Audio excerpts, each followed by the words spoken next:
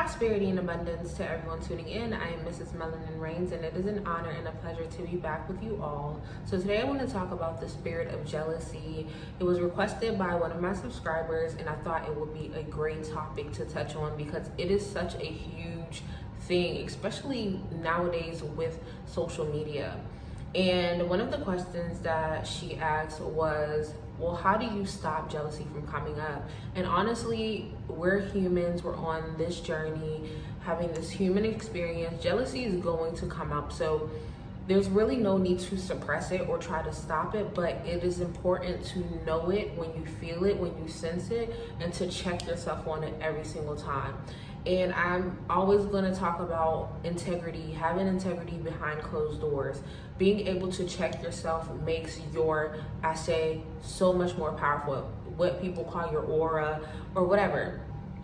It makes your personal magnetism, it makes your self-respect, your self-empowerment, and your relationship with the Most High God so much more powerful when you're able to put those things in check.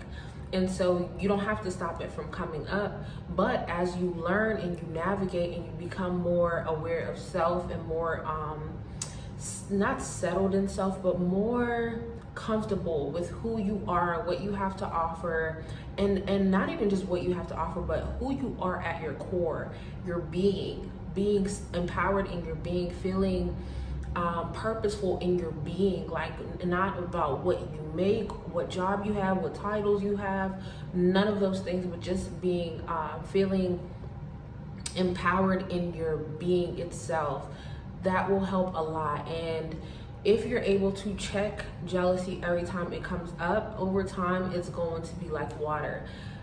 You have to remember that you can only be better than who you were yesterday. You can only be better than yourself. You are the only you, therefore there is no real competition.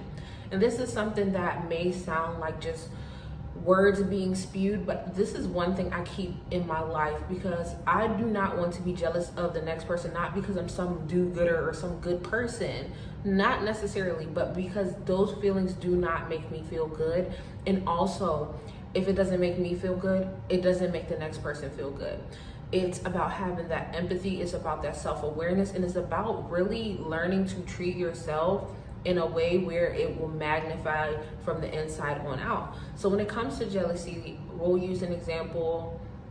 Let's say that you have a twin sister and your twin sister has graduated from college, your twin sister just got married, and you're an entrepreneur and your business isn't really taking off the way you really wanted to, and you're single, you're not really clicking with anybody, you haven't found anybody that you feel like is your person.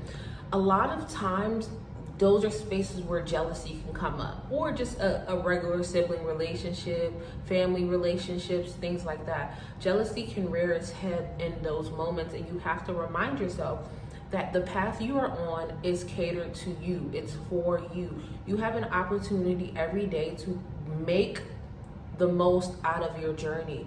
You have an opportunity every day that you wake up to shift the direction you're going in. So when these feelings of doubt and jealousy and things like that come up, you need to be able to tell yourself, where I am exactly where I need to be at this moment, and this is what is right for me.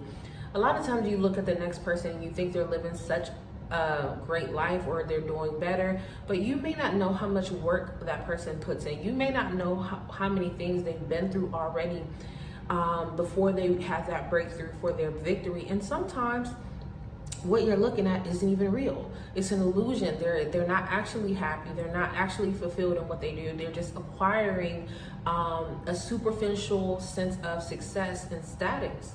So it's really purposeless for you to really harbor jealousy and allow it to fester, because nobody else's life is yours and your life is your own. It's catered to you. And if you can focus on the tools that are in your life and what are in front of you, that is what will take you where you need to be.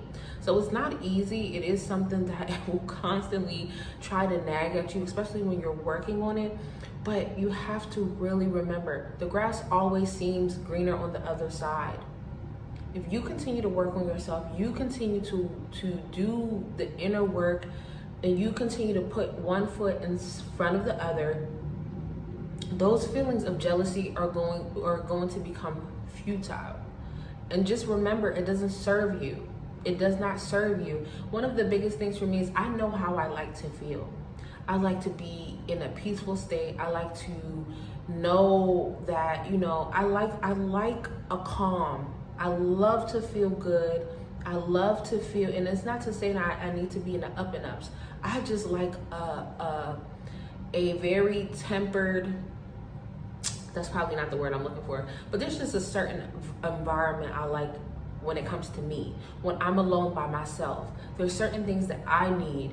When I'm alone by myself, there's certain thoughts that I don't want to have. This is why I don't do certain things. This is why I don't do things that are below my integrity, or I try not to, because none of us are perfect. But I try not to do things that will plague my mind, that will continue to be on a loop in my mind and things like that. So I know a feeling like jealousy does not serve me. It will not elevate me. It will not help me. And it most definitely won't help the person you're being jealous of. So also, another big thing is a space of gratitude. Be grateful for what you have. Be grateful for what you have. Work on your empowerment within self by seeing your value, your being, not what you make, not who you are, not what degrees you have, not what job, not what partnership you're in, what place you live in, none of those things. Make sure that your self-esteem is coming from your being. That means you know what type of person you are. You know the things you've worked through. You know you're bettering yourself. You've bettered yourself. You learn how to be a better version of yourself. This doesn't mean you have to be some supreme better version of yourself. No, but be content with who you were created to be. I guess that's how I'm gonna wrap it up. You really have to learn to be content with who you were created to be. You can't look at the next person and be like, oh my gosh, you're so beautiful. I wish they look like them. No, you don't look like them. That's just the reality of the situation. And beauty is in the eye of the beholder, regardless of the general beauty standards that they have perpetuating around the world. Look at all those people who meet those beauty standards. Some of them have taken their lives. Some of them get cheated on. Some of them are living detrimental lives. And that's not to put them down to build you up, but it's just the truth of the matter. It is what it is. The only things that last throughout time are the things that are done with integrity and that are done in alignment with the Most High God. So all that other stuff, it doesn't really matter. You have people with money who take their lives, they have all the money in the world. You have people who grew up with all the wealth in the world, they take their lives, or they're distraught, or they're hooked on drugs and other things of that nature. So just be content with who you are and start there.